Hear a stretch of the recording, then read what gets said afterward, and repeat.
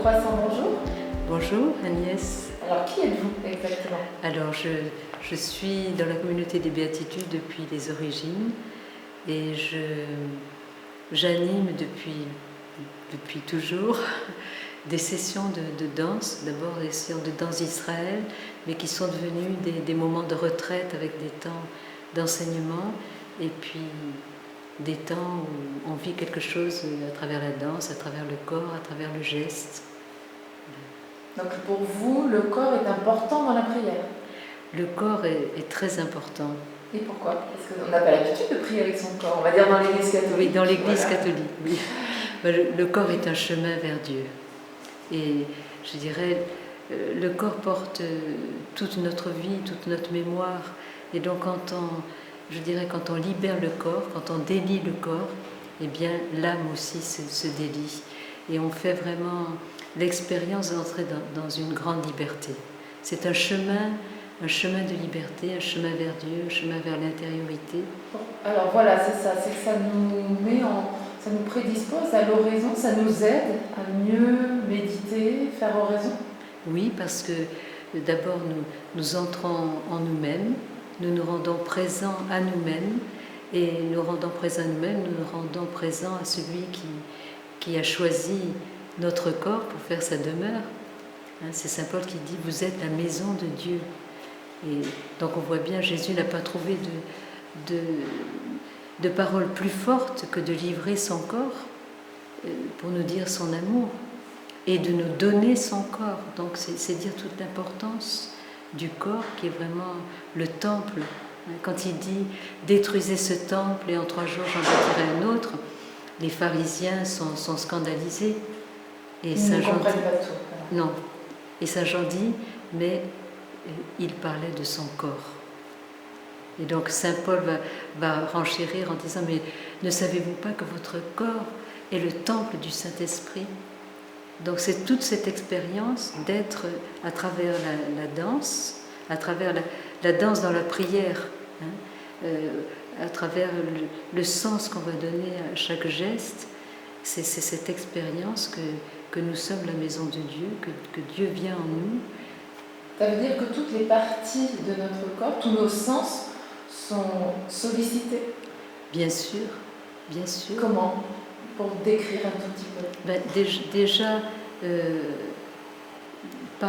les pères du désert disent « Tu ouvres tes mains et déjà tu es en prière ».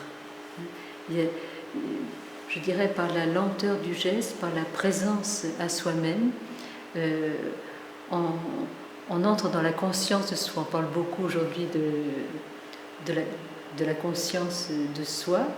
Eh bien, on entre dans la présence à soi-même, on développe aussi toute la réceptivité. Et je dirais en même temps, on vit tout ça sous le regard de Dieu. Dieu n'est jamais trop loin, au contraire, il est dans notre incarnation. Tout à fait, tout à fait. Et quand on danse à la prière, on fait vraiment cette expérience du regard du Père. Ça, c'est très très fort. Vraiment, j'ai vu énormément de femmes, justement, qui ont fait cette expérience de passer du regard des autres au regard de Dieu à travers la danse. Donc, pendant le congrès Filles de Roi, vous allez enseigner, donner un atelier pour apprendre aux femmes à rentrer dans cette communion? Oui, alors en fait j'ai conçu un petit exercice qui dure un petit peu plus d'une dizaine de minutes pour qu'on puisse le pratiquer chez soi, seul ou en groupe, et qui est basé donc sur une gestuelle qui est très lente et qui explore toutes les dimensions du corps et en même temps qui s'appuie sur une méditation de la parole. Par exemple, on peut dire « je viens de la terre et je vais vers le ciel ». Il y a un mouvement il y a des mouvements qui sont... Voilà. Et en fait, cette gestuelle, par la lenteur du geste, permet de rentrer vraiment en soi-même, dans l'intériorité. Elle pacifie le mental, un petit peu comme les exercices de la méthode Vitos. Et vraiment, on rentre dans la prière, d'une manière très très profonde, on rentre dans la profondeur de la prière.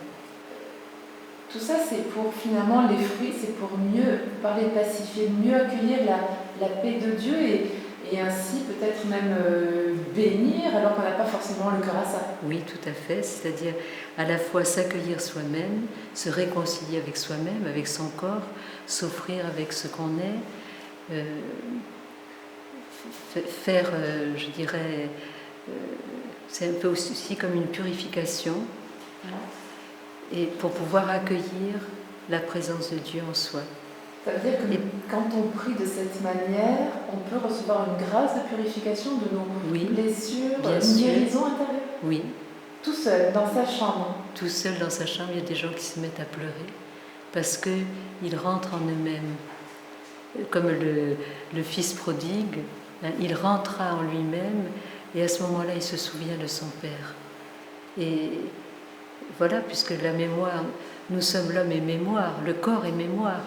Donc, quand on rentre en soi-même, eh bien, c'est cette mémoire aussi qui est visitée.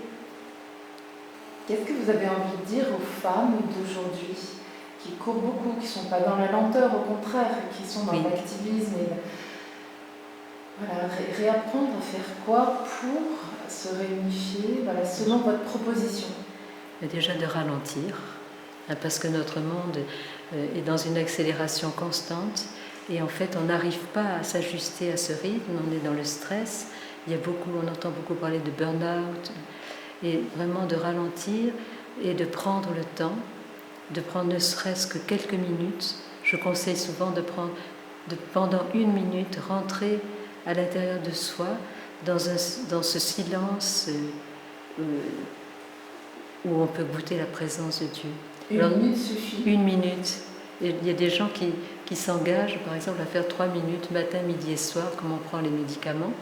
Eh bien, 3 minutes par jour, et aussi pour donner le goût et pour entretenir comme un esprit d'oraison. Parce qu'après, ça revient. Enfin, chaque exercice que je fais se termine par 1 minute de silence dans la présence.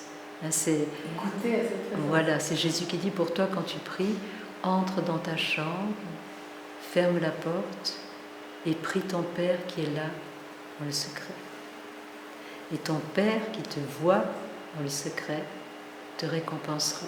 Donc on rentre dans ce secret, dans ce jardin secret, ce sanctuaire intérieur, et c'est un vrai bonheur. Ça, c'est un vrai repos. Et on n'a pas besoin, c'est un rabbin à qui on disait, mais comment tu fais pour étudier la parole? Tu es déjà tellement pris sans arrêt. Il dit, on n'a pas des heures, mais on a des minutes. Alors, je conseillerais de donner quelques minutes par jour, simplement pour aller à la rencontre de Dieu, pour se reposer dans sa présence. Après, c'est d'une telle richesse, l'expérience de Dieu, elle est immense. Hein. Elle est très très riche, très variée, selon les jours, selon les temps. Dieu se communique à nous, nous donne tous ses trésors. Faut-il encore être à l'écoute? Voilà, il faut le désirer. Il faut le désirer. Et vous pensez que les femmes ont perdu peut-être ce désir, elles sont omnubilées et angoissées par leur quotidien? Est-ce qu'elles ont encore Vous êtes en contact avec des femmes d'aujourd'hui qui vivent leur quotidien tant bien que mal, et voilà, ne serait-ce qu'une minute, même dans le silence, elles vont dire mais je n'y arrive pas.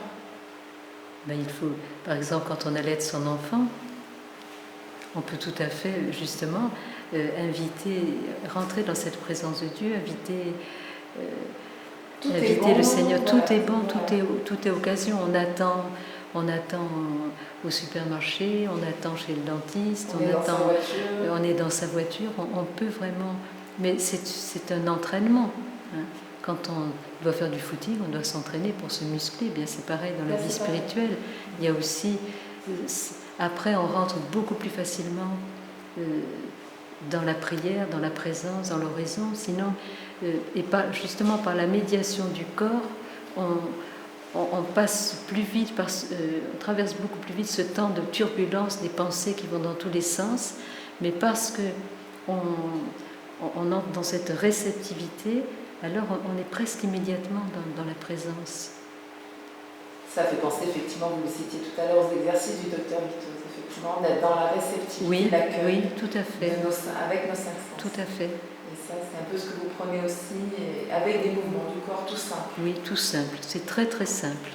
On peut même faire ça assis si on n'est pas capable d'être debout, au bureau, et même parfois, j'ai une amie qui est très malade et qui a beaucoup d'angoisse.